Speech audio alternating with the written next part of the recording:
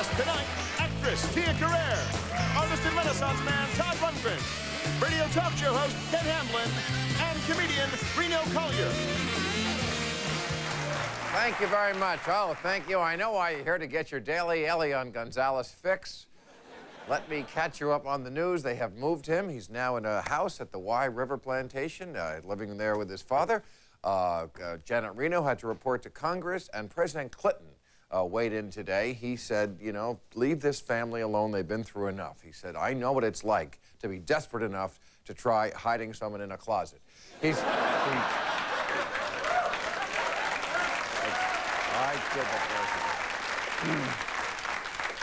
Yeah, now the relatives, the cuckoo, nutty, drunken relatives of Elian Gonzalez, who had him kidnapped before they snatched him back, every day they make another wild, insane accusation. Today they said, I couldn't make this up, they said President Clinton is being blackmailed by Fidel Castro.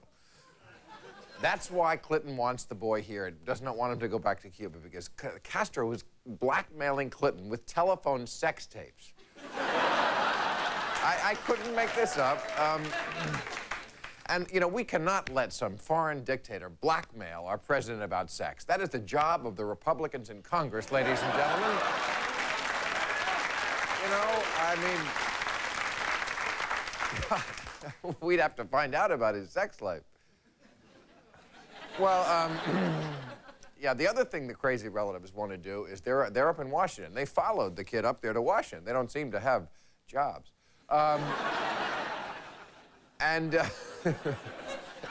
They are pressing for a shared living arrangement.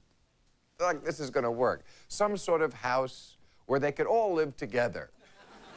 Psychologists are saying this is not really workable, but it is a great sitcom premise for Paul Rodriguez.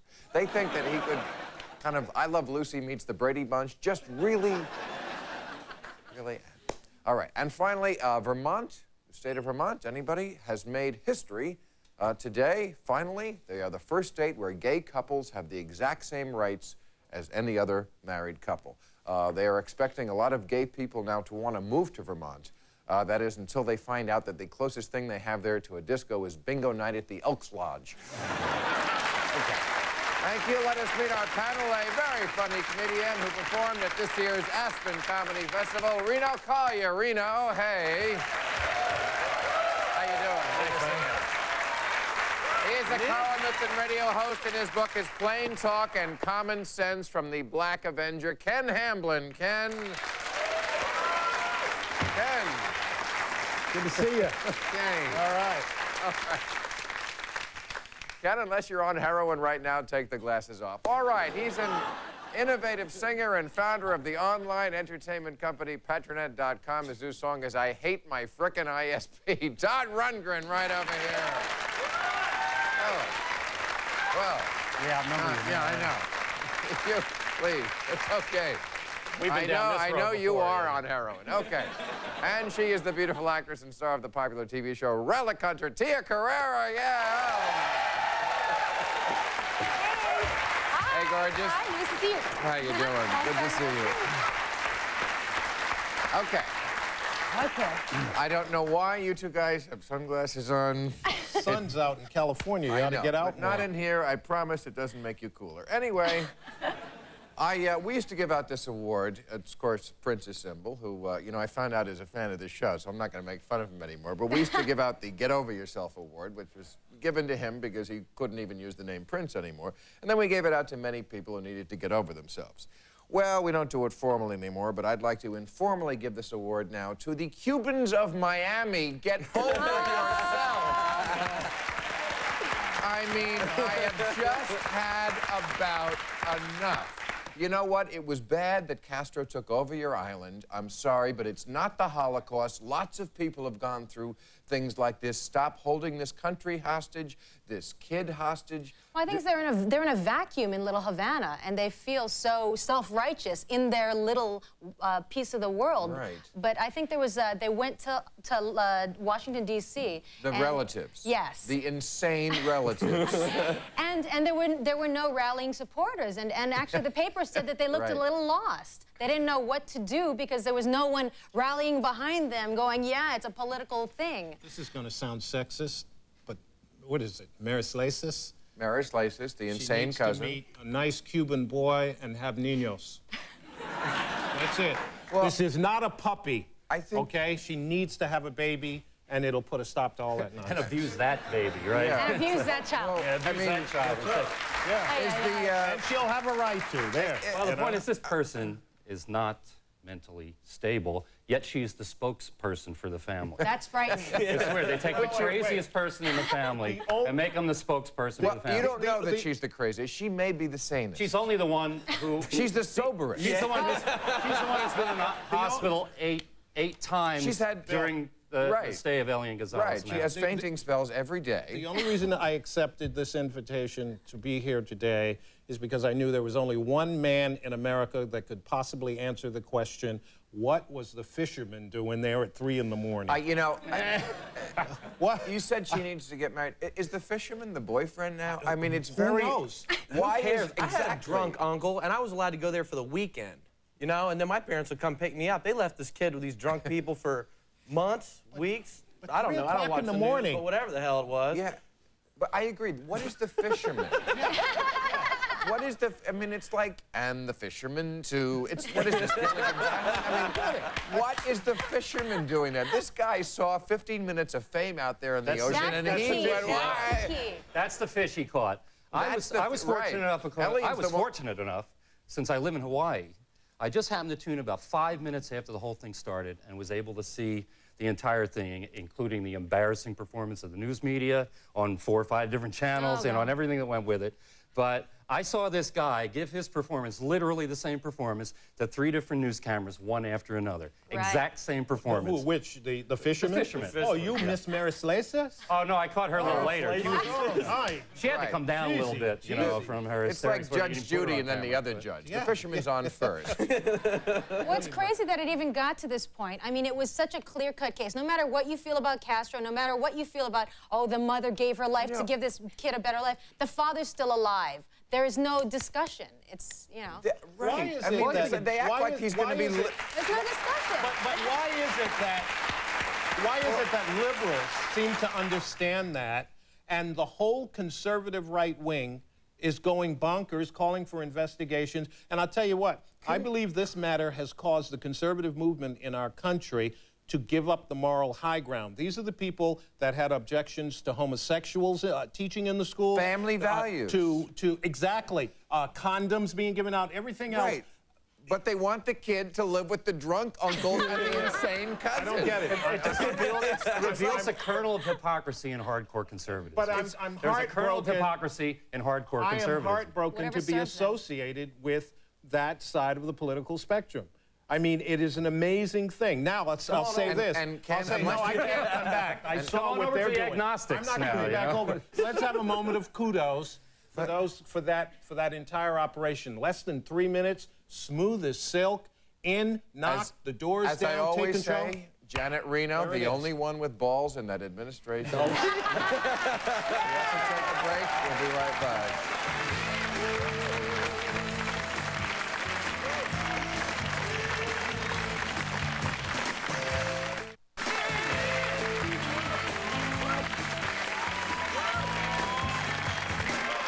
We were talking about the Cuban community down there in Miami, and I understand that there's rifts now between a lot of the other Hispanic communities. They think that the Cubans are making them look bad. But you know what? They're not alone in this world of political correctness. I think they have a lot of help. Listen to this. A judge in Appellate Court in San Francisco has ruled now, you know what profiling is, right? When you identify... What? Yeah, right. Right, driving while black. That's profiling. Okay, but listen to this. He has ruled that the Border Patrol, and this is the Border Patrol on the Rio Grande with Mexico, can no longer use Hispanic appearance as a factor. I can't even say this without laughing. In deciding to stop a motorist. It's about time we start catching those damn Canadians. Yeah, I mean... What? Is that not...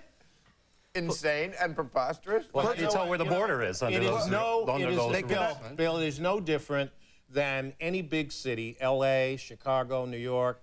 A guy on the corner of 4th and Main snatches a purse, and he takes off, and the cops on patrol know that he's a male, 5 foot 2 inches, and every Italian, every African American, every Asian, every Mexican gets stopped because dispatch won't say that he is black or Mexican or whatever. Oh, so it's PC just going down to the border, and it's stupid. It is stupid. But there's no Chinese people going over there. It's all Hispanic people there. You can't say Chinaman, though. That's up there with saying nigger and spick.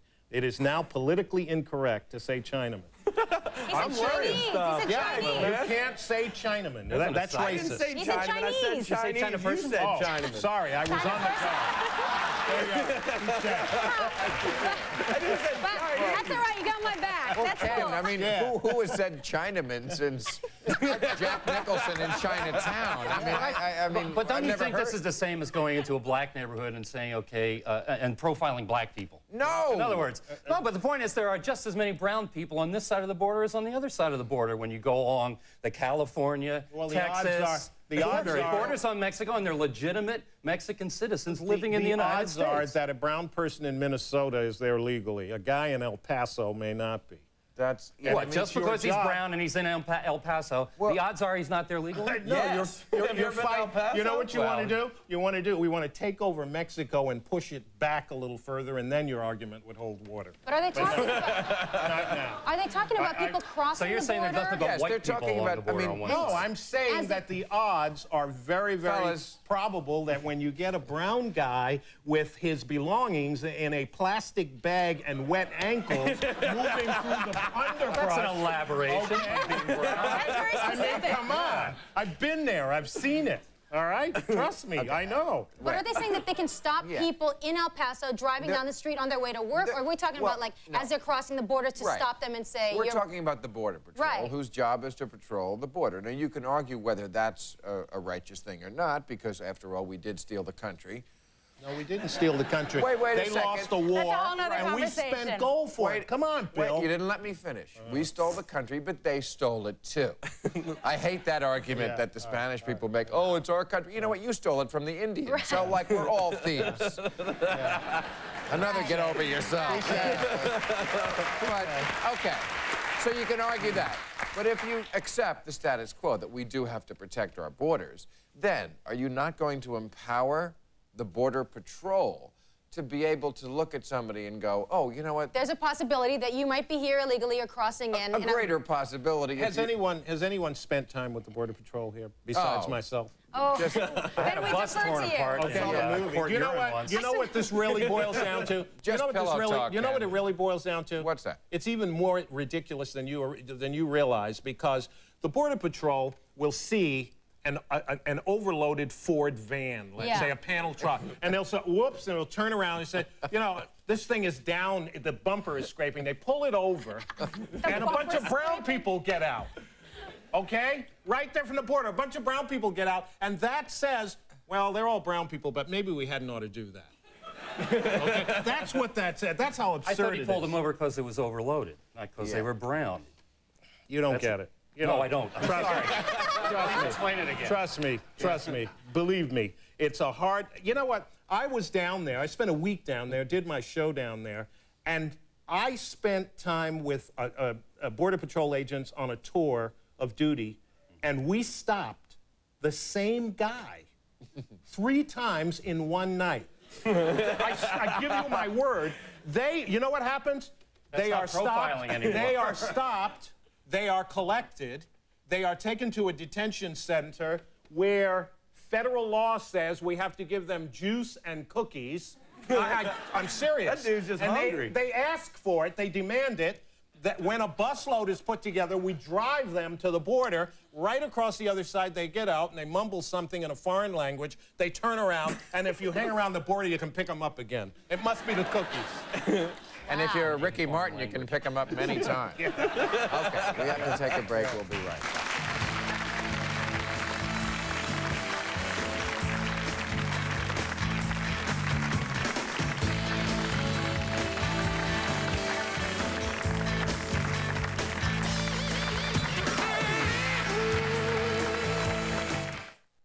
Catherine McCord, actor and comedian Guy Torry, and Rock for Life director Brian Kemper. All right, continuing our theme of race and ethnicity here tonight, I wanted to mention this. How many know the song Goodbye Earl? It's a huge hit for the Dixie Chicks. Obviously, we're not here in Dixie, but it's a hit. It's a crossover hit, as they say. And it's actually a catchy tune. I enjoy it myself. And it's about two friends who kill Wanda's abusive husband. That's Earl, and they're saying goodbye to him, and they kill him. And now a couple of stations, more than a couple, several, have dropped the song. They won't play it. They say it sends the wrong message. And Todd's coming alive. One less country song. Oh, too bad. Well, the song itself isn't. I don't care if I hear it on the radio or not. I don't listen to the Dixie Chicks anyway. I listen to country music, but not the Dixie Chicks. But if that were a song about a man killing a woman, the women's rights people would just flip out. It wouldn't just be taken off the air. They'd crucify him. You know, if it was a man singing a song about, hey, my wife's mean to me, then I went out and hacked her up, you know, women would freak out. All those women's rights, Willie Nelson-looking chicks would be marching all over everybody. Am I right? The senior citizens of country. What's funny, we're making light of it, but it's a form of censorship. I mean, you have, you know, rap songs talking about killing other gangsters. You have, you know, Luca or whatever, my name is Luca or whatever it is. And it is artistic freedom to express himself however they are. If you don't like the song, turn the radio off. Oh, I agree with you. To categorically say, well, you know what, let's all band together and not play this song, that's censorship. I agree with you. People can listen to it. I mean, the song is retarded as far as I'm concerned. Go ahead and listen to it. Whether it's your cup of tea or not, I think they have the freedom to put it on the air. I find most of the country so concertedly simple-minded that I don't know how anybody can take any of this seriously. It's the exact opposite of the blues, you know? Blues is sincere music. Country music is the most insincere music made. It's like they sit down and think, what can we say? Wait a second. That won't really expose anything we feel. How come country isn't white blues? What's that? How come country isn't white blues? That's the question. Why isn't it? Well, I don't know why it's not like blues. It could have something to do with the people who started playing it. You opened that up. You said you said that blues, you know, is more legitimate than country. Why is it? Blues, by my estimation, doesn't come from this. But go ahead. What's that? I'm just getting. I just had an out-of-body experience. Go on. Well, well, the only other people who wear hats on my show are country musicians. Yeah, well, they always have a big hat. That's because like a head of hopper thing, you know? That's because of all that African-American programming. Forget country. The more important issue here today is African-American death and mass murder in D.C. at the zoo. That's what we should be talking about. Gun control. The thing you're talking about, 11-year-old kids with about guns. country music being the white people's blues. Another show all of a sudden? Did I like fall asleep for 6 months? No. I had an out-of-network experience there. Folks, you didn't change I mean, I heard it coming on with an agenda. Yeah. That's right. Why don't you just change chairs here for a second? Roof. But, you know, look, I grew up in New Jersey, so, I mean, I didn't really grow up listening to country music either. It just wasn't part of our diet. But you know, I listen to the songs, the records, when I have a guest on the shows, and I mean, it's not to my ear my favorite kind of music, but I don't think it's totally without merit, and I don't think it's any less valid than the blues, because it's about people. I didn't say it was without merit. I said, you know, I mean, all music soothes the soul of some savage beast, presumably, you know, and it's tailored to do so in many cases, you know. But the problem is the country has always had this idea of what is allowed to be country. And that's what keeps it so damn white. Yeah. You know? That's the fact that you can't really reveal a sincere emotion, or you couldn't sincerely say you'd like to shoot your husband. What do you mean? You know? You can't reveal a sincere emotion. What could be more sincere than I'm so lonely I broke my heart? You know, there is a sincere emotion. Oh, right, like I can't get no satisfaction is poetry compared to that. The point is, all lyrics suck. They're all stupid. You could say that all lyrics suck, but you can't necessarily say that all lyrics contribute nothing at all to your understanding of the person singing it. And that's the problem with country music. It is so much the same, mostly because it's an industry. A lot of the people who sing the songs don't write the songs. They're written by professional songwriters, produced by professional record producers for professional stars. And I'm just like old-fashioned professional music. talk show host. I have to take a commercial.